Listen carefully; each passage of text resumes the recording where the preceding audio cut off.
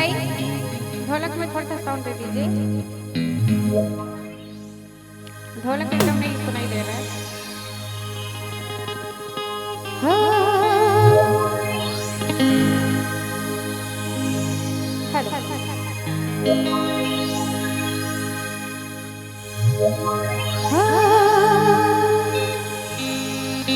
श्री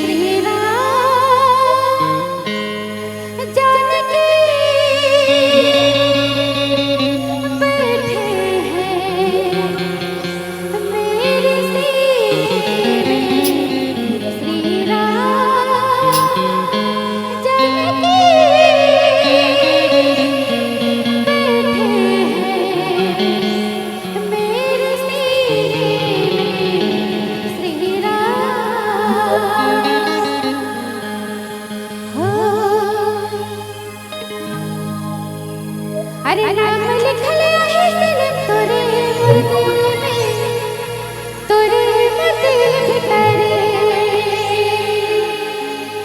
नाम मिटाबे है रे नाम मिटाबे, सिर्फ नाम मिटाबे।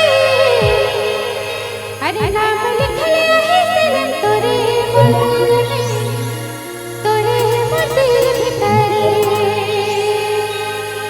चलिए यहाँ से रंगारंग कार्यक्रम शुरू हो चुका है, तो आप लोग डांस कर सकते हैं और खासकर हमारी माताएं बहनें भी डांस कर सकती हैं।